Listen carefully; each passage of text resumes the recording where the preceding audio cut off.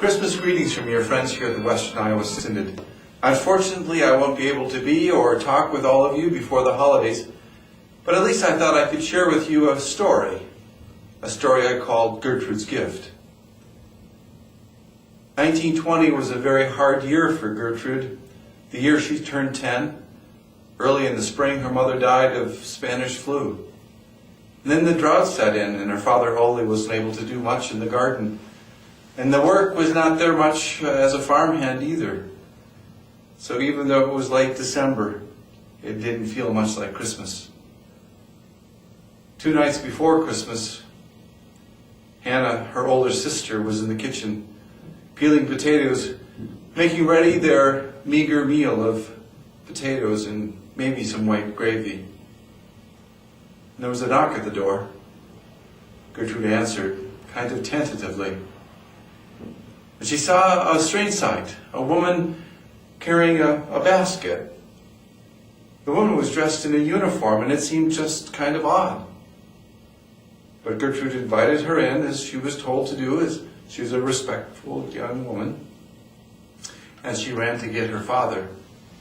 But she was so excited because of what was in that basket. There was apples and oranges and all sorts of goodies, things that were like they were from another world. Well, her father came up from the root cellar where he had been down checking to see what was going on. Took one look at this woman standing with this basket and straightened himself out in the full Norwegian style and said, "We Brandtvolds, we don't take charity." And then he looked at his 2 daughters, Hannah and Gertrude, and realized they were so excited to see these great gifts. So he took out his wallet, and Gertrude says he took the last bill from his wallet and handed it to the woman carrying the basket and said, "Here, this should cover what it is." 2 years later, Gertrude was in confirmation at Christmas time. Things were not much better. It was still a hard time. Not much in the larder. Not much in the fruit cellar. And it was Christmas. 2 days before Christmas, the confirmation class that Gertrude was now part of had met with the pastor, and they had sung some Christmas carols and did some things like that, as children normally do at Christmas time. And then a woman came into the confirmation room, into the pastor's office, and shared with them each a little basket.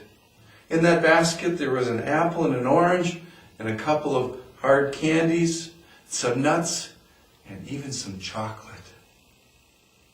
Gertrude was so excited.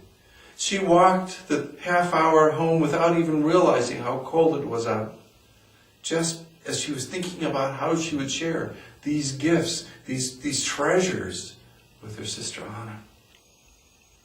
She got into the house and right away sought out her father, so excitedly saying, Papas, look what I've been given. Look what the church women gave me. And Ole, sitting in his chair, looked up at her and said, "Gertrude, you know we Brandtvolds, we don't take charity." And she was just sunken. But Gertrude wouldn't give up.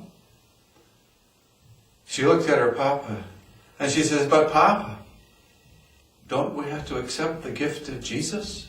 Isn't he a gift that we just have to accept?"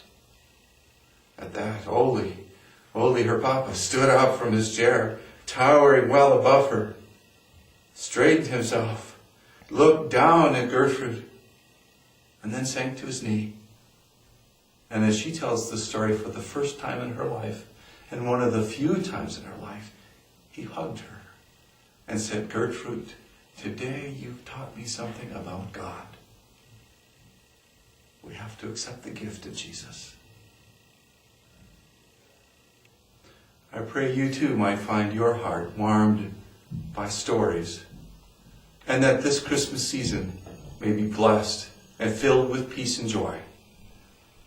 From the Prois house and all of us here at Western Iowa Synod, Mission Center, we wish you a Merry Christmas.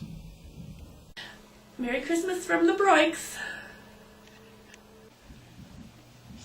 Merry Christmas from Bernie and Ann Annan. We wish you all a blessed Christmas and a happy, healthy New Year. Merry Christmas from Cindy Wells and her family to everyone here in the Western Iowa Synod, and a special Christmasi and Jema to our friends in Tanzania, and Feliz Navidad to our other friends in Chile. Hark the herald angels sing, glory to the newborn King. Peace on earth and mercy mild, God and sinners reconciled.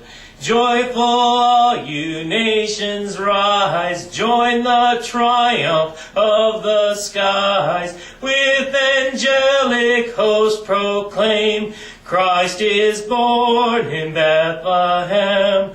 Hark the herald angels sing, glory to the newborn King. Merry Christmas from the Youngs family and from the mission support team here at the Western Iowa Synod. God bless you. Merry Christmas. Hi, I'm Lorna Hallis. My husband David and I would like to wish you and your family a very Merry Christmas and a blessed New Year. And I'm Lynn Eggestal, and I'd like to wish you a very Merry Christmas and a Happy New Year from the Eggestal family. Merry Merry Christmas!